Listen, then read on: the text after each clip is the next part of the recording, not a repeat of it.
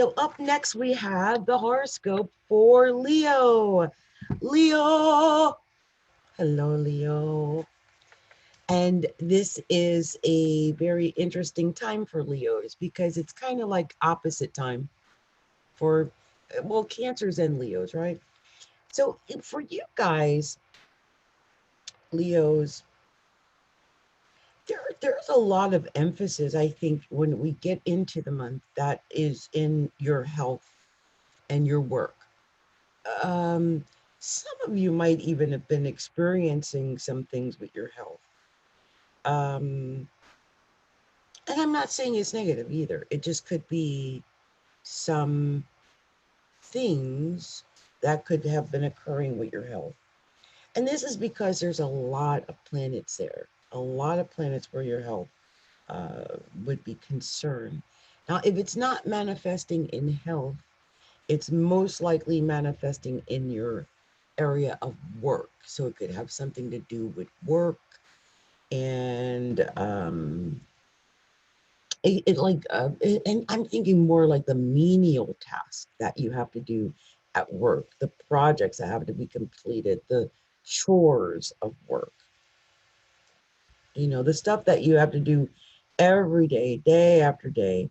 It's, that drudgery almost that you have to go through. And you might have felt a little bit like, it's been feeling a little bit like, well, drudgery for you guys. And that's never cool. But it is possible that you've been feeling that, and it's just kind of like mud, like trudging through mud for a lot because, well, Capricorn is an earth sign and it's sitting in the eighth house.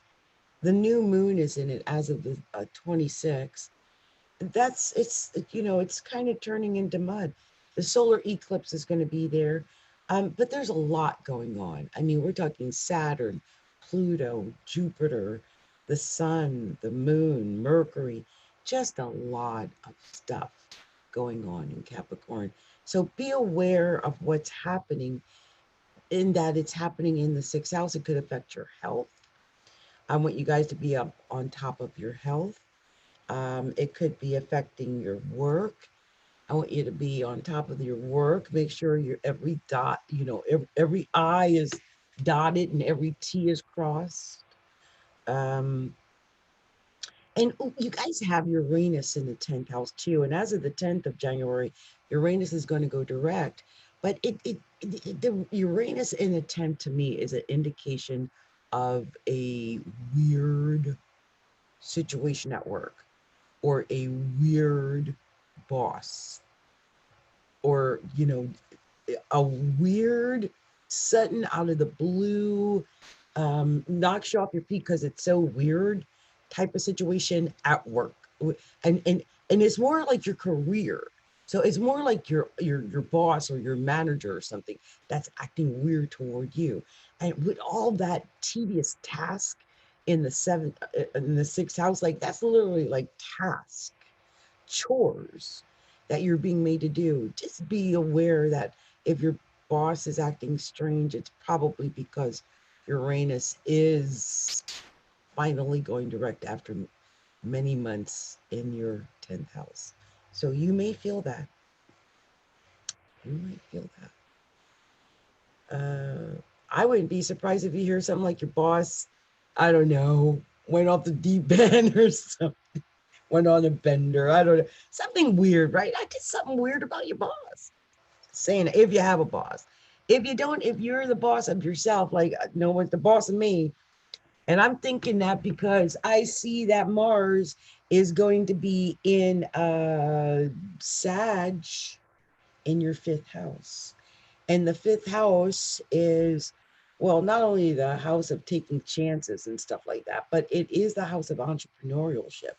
It shows where you might be in a position where when Mars gets there on the third, if your boss gets in your face, I just, somebody is going to take this job and shove it. I said this once before, I think, to Leos, because I see it coming. It's like, I don't know how bad your job is, but if you haven't done it already, Uranus sitting there in a 10,000, Saturn in the six. That is not a good recipe for happiness. There's just something just a little bit amiss. I'm just thinking, okay, just saying. And that solar eclipse might bring that to light. Okay. A lot of emphasis in Capricorn. Could be your health. So you guys be cautious about your health. Watch what you're doing, watch what you're eating, try to get up and do some things, stay busy if you can. That would be a great idea. I think things like dancing and running and walking and doing things where you're doing stuff with your legs will be good for you. And this has a lot to do with the fact that Mars is in Sag, but also that Capricorn, Sag, and Aquarius in general, those three signs roll the legs, ending with the feet in Pisces. And so, if you take care of that area, your legs, I think that's going to be good while all these planets are trekking through this area of your life, especially your knees, since Capricorn rolls the knees. And I can see where some Leos might, do something. I mean, Saturn is in the health house. Saturn. And whenever Jupiter's in the health house, it always tends to be too much of a good thing. So I just would caution you guys to maybe slow down a little bit in certain areas, especially when it comes to work and stuff like that. And it's just the safest thing to do. Now, with the planets going into the seventh house, as of the 16th, I see that Mercury goes into Aquarius. On the 20th, the Sun goes into Aquarius. And on the 24th, there's going to be that new moon in Aquarius. That's the 24th of January. So that's going to be interesting. That's going to be at 4 degrees of Aquarius. And that's your seventh house. That's partnerships. That could be a romantic partnership. That could be a business partnership. That could be just other people that you're dealing with in some way. But I mean, we're talking about Mercury, and uh, that's major up until the 13th. Even Venus is going to be there. So it's a major thing. There's a lot going on in that seventh house. Um,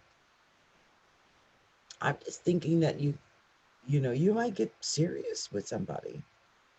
It could happen. I mean, with Mars in the fifth house, that's love.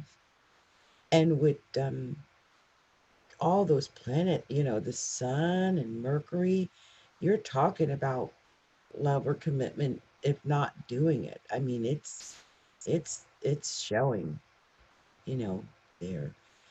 With Venus going into the eighth house, I mean, that's a lot of love and even sexual activity.